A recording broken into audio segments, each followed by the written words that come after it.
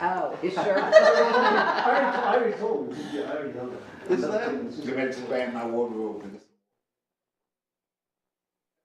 Greatest magnet on my fridge. I don't know where I got this. It's like people say Louisville or Louisville or Louisville. Yeah, I got one of those magnets on my fridge. It's so funny. Then what happened? You say that like it's an excuse. Got 4. Okay, I got 4 o'clock. I'm going to go ahead and call this Midway-Woodford County Planning Commission to order. Kim, would you call the roll, please? Randall Bohannon. Here. Rich Shine. Here. Tim Middleton. Here. Patty Perry. Here. Chad Wells. Here. Chris Sharp. Here. Whitney Stepp. Ashley Goodrich. Here. Floyd Green. Tim, I got like a credit card information while you were out in the hall. Did you get it all? I got it all. I didn't have a glasses. I couldn't see the numbers on the back. The code numbers. We got 2 items under new business tonight. There we go. The first one is the April 2025 flood-related properties and the P&C fee waiver requests. Steve? Yeah. So this is basically the reason we're meeting today in a special meeting. It's not an emergency situation, but some folks might say it is. I'm going to show you a few slides first, but as we know, we just had a pretty serious flood event here in the community. And I want to show you some exhibits and explain what's kind of going on. So this is a GIS map that was just generated that shows approximately about 221 properties that have been affected by the flood. This is their initial assessments map, and this is on our GIS map and on the website right now. And then you can kind of zoom in. I'm going to show you some other information. But there's 221 homes that are basically flood damage. Some are fairly severe that might even be tear downs to serious renovations. Lots of different issues going on. This is a zoomed in section around the Buck Run section, and you start to see the properties in a little tighter proximity. This then is, they flew a special flyover the couple days after the flood, and this then shows you those properties with the floodwaters at the historic. We were a tad bit under the historic stage. I think it was 48 and some change, and we came in about a half foot less than the all-time record. So again, this shows you again those properties and what's happening there. This is further up the Clifton, lower Clifton area, and then again showing you the floodwaters on top of these homes. And then this is our zoning map that we're going to talk about in just a second. So the reason we're here is because there's several folks that are going to have to go through a lot of different procedures: demolitions, building permits, zoning permits, floodplain permits, electrical permits, and what the staff is proposing that we would waive fees for a period for anyone that has to come in and obtain these permits. There's lots of processes they have to go through, and the county's going to do some stuff through an emergency action possibly to waive some processes.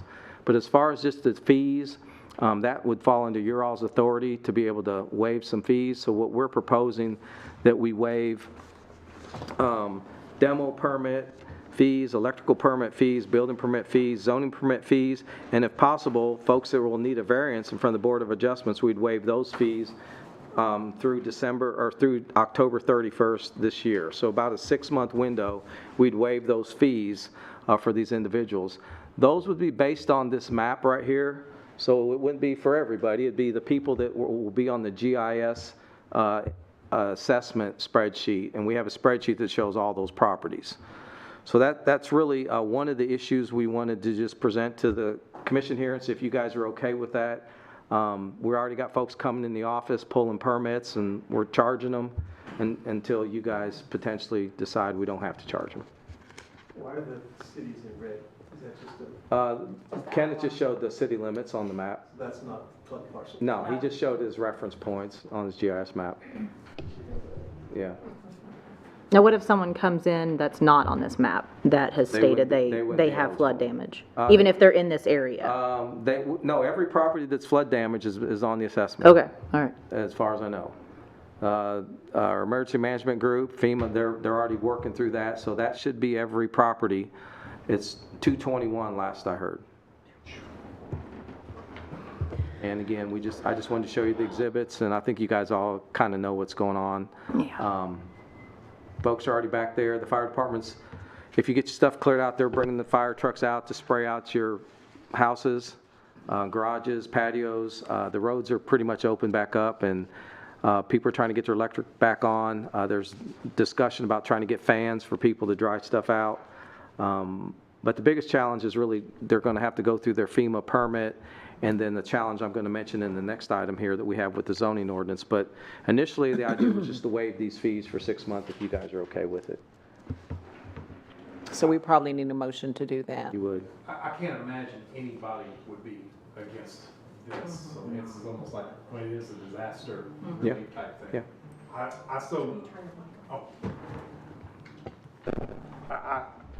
I move that we waive any and all fees as put out by our planning administrator, Mr. Hunter. And do I need to list those again? I think I got them in there, Okay. so. So moved. I have a motion, do I have a second? Second. Okay, any other discussion on this? All in favor signify by saying aye. Any opposed? Okay, very good. All right. The second item is the non-conforming structures that are located in the C1 Yeah. zone. Go ahead, Rich, I'm sorry. I'm just curious how much extra work is it gonna make for you guys? Oh, none. There's no, No. okay. They come in, we'll just, if they have to get a building permit, just say there's not a fee going to be assessed. We'll just put no fee on there. Yeah, not a problem. So the other issue we want to just briefly touch on, since we're all here, and you got this in your handout at your seat right here, it's something we talked about back when we looked at the land use divisions. Most of these properties, as I just showed you, almost all of these properties are in the CO-1 zone, which when you look at our map that we looked at back in the fall, when we're talking about land subdivision and the CO zone, if you look at the numbers, there's 641 total parcels in the county, and you can see 412 of them are less than 5 acres in size. You add another 114, another 50, there's 576 parcels are less than 30 or non-conforming.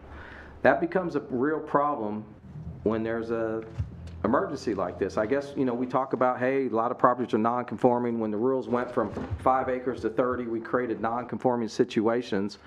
And it's not a problem till it becomes a problem like this. And now it is a problem. Most of these properties aren't 5 acres, they're 1 acre or even smaller. And the problem runs into is what you'll see in the next couple pages in your handout have to do with the zoning ordinance, and it deals with our non-conforming chapter. And you guys probably very rarely see this chapter, but if you turn to not 8-1 or 8-2, you turn to the stuff you see highlighted in yellow. This is a really big problem when we have a situation like this. So what our non-conforming policy is that if your property is destroyed by more than 50% of the replacement costs, it cannot be reconstructed except in conformity with the zoning ordinance. That doesn't sound like a big deal, but the problem is when you're a non-conforming lot, less than 5 acres in the CO zone, there's no way you can meet the setbacks. So these properties can't be rebuilt. They got 2 challenges. Number one, they need to work through FEMA to see if they could be rebuilt. But from the zoning ordinance, they can't be rebuilt because of this provision right here. So almost all of these property owners would be told, no, you can't rebuild. Or you could go in front of the Board of Adjustments and try to get a variance, because there's no way these properties could meet the setbacks or meet the setbacks currently, because the CO zone is, most of the properties are non-conforming. So Yeah.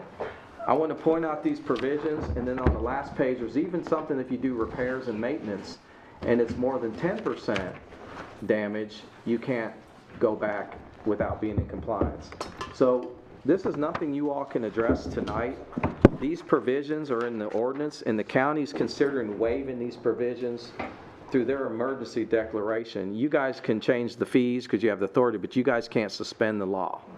And this is in our zoning law. So the county is going to consider waiving these 2 provisions so folks can build back. But moving forward, I think it's something we need to think about, those of you on the advisory committee, because most communities have what's some would call an act of God provision, where if your property is destroyed by tornado, fire, wind, you can build it back, no harm, no foul, if you get a permit within a timely manner. But we have this 50% rule and this 10% rule that if you're non-conforming, you can't build back when it's destroyed unless you can comply with all the rules of the zoning ordinance. So we can easily add a non-conforming provision that's called a voluntary demolition versus involuntary demolition. And if you tear your structure down or add on because you choose to, well, then you have to comply with all the rules. If something like this happens, a flood, tornado, well, you'd have the ability to build back on the same foundation without having to go before a board or get these dimensional variances. It is an issue, and I think in the ag zone, we've got more non-conforming properties, but just in the CO zone alone, you can just see how many properties are non-conforming. Again, 576, a 641. So again, if you're on a bigger tract, 10, 12 acres, you can probably make the setbacks work. But if you're on a 2 or 1 or half, there's no way you can make an 80-foot front setback and 50-foot rear and 25-foot sides work.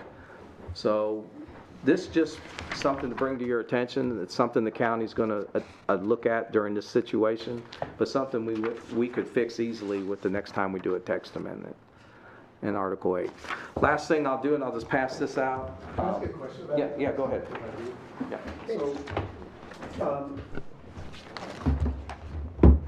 So, I mean, that makes perfect sense to me. I have no opposition to this whatsoever. But you said something about building back on the same foundation. What if somebody goes, oh, well, this is a great opportunity to build the bigger house I always wanted on this site, then what would you do then? Yeah, What would in you that do situation, what I've seen other ordinances, I've already researched on this, typically you have to build back the same. Okay. But if you're going to get bigger, then you have to comply, yes. So the provision of kind of that involuntary demolition is would have 6 months or 9 months to submit a permit to basically build back the same structure. The challenge these folks are going to have now is they have to go through FEMA and get a floodplain permit, and they may not get to build back under any circumstance, or they may have to elevate or something of that nature. But from the zoning ordinance, right now we're just trying to not be a hurdle here for folks to build back these structures. And Article 8 is a challenge. Being non-conforming is a challenge. The fees are a challenge. And we're just trying to work from all sides on this. It's interesting on the Buck Run area right here, there's a few properties that recently have been renovated and brought above the floodplain level, but it flooded. This flood So succeeded this somewhat. handout you've got now is we were asked to do some frequently asked questions that we can put on the website and put on the county's flood resource page. So I put something together, and then our intern just literally today formatted it. But I did the Q&A stuff that ties into building permits, floodplain permits, electrical permits. It's just a Q&A style. Tried to make the questions real general, like someone would ask it without putting the word y'all or hey you, but literally tried to word the questions like someone would ask it without knowing all the technical terms and stuff like that. So that's going to go on the website tonight. But we had a little blurb in there about the fees, and we didn't know if that was something y'all would do for sure. Literally, this is all we have for this meeting. That's why we called it. We could have waited till May 8th, but I don't think we could have waited till May 8th for this type of stuff. So starting Monday, we can tell people there's no fee. We can try to do what we can to I guess ease the it. law has changed a little bit, Daniel, where you said, can you do your own plumbing work and stuff like that? You can do it, you just have to go a homeowner has to put his own permit. It has to be inspected. Well, in electric, It don't have to be, now the electrician has to be licensed. no, you can do it as a homeowner. Oh, yeah, if you sign can do an that, but you gotta be affidavit. inspected, you gotta be inspected, but you have to sign an affidavit to do it as a Right, homeowner. exactly. Yeah. Okay, So, I just saw that question. no, that's a good question, and so. Because I know you, as a homeowner, can do pretty much until you get into the sewer system. Yep. Then you got, It's amazing if you didn't go down there and look at this or drive out there when it was happening.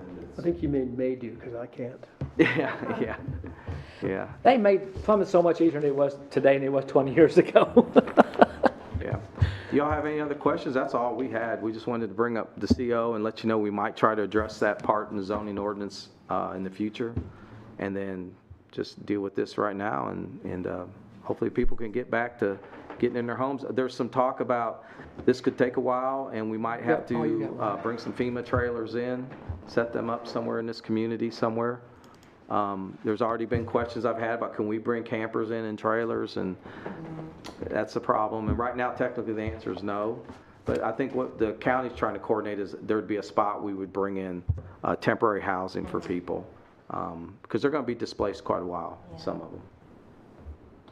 I don't know if that's ever happened here before with the trailers or not, but Back in the 90s, when Falmouth flooded up there so bad, I worked with FEMA there in Frankfurt. We went up and worked with the people in town.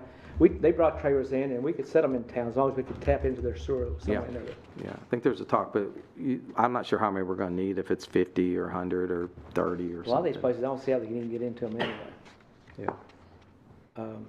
Or these homes will have to be pretty much taken down. Yeah. Yes, so again, we got a couple extra minutes, but if you didn't know, normally you have to come and get a demo permit, pay, what, $50, something like that? Is that what a permit is? 50, and there's a hold period, and then there's a building permit, and it's assessed at 20 cents a square foot. Electrical permits are $10, then you got inspection fees on that. The big thing would be is if you ended up having to need to go to the Board of Adjustments for a variance, you got to have a surveyor, you got to pay $350, you got 30 days. So by waiving all this, I think it just gets people able to go out there and start working on their homes as soon as they can get through the building permit step. Some of them, not so much in Woodford County, but down in Franklin County where Big Eddie was all at. Boy, you reach out and touch your neighbor. Them old homes that were sitting there for many years. Yeah. Steve, could you say one more time what the office's position is going to be on non-conforming uses and expansion? So right now, our position is what the policy is today. I mean, that's what's in our law. The county's going to potentially waive this provision, and moving forward, if we were to adopt the couple, there's about 3 models I bring before the advisory committee, but most of them are sort of say that if you do involuntary demolition, and then it describes wind, fire, flood, then you can build back on the same footprint, same size, if you secure a permit within a certain time, 6 months, something like that. Anything else that's broader than that would have to comply with the ordinance.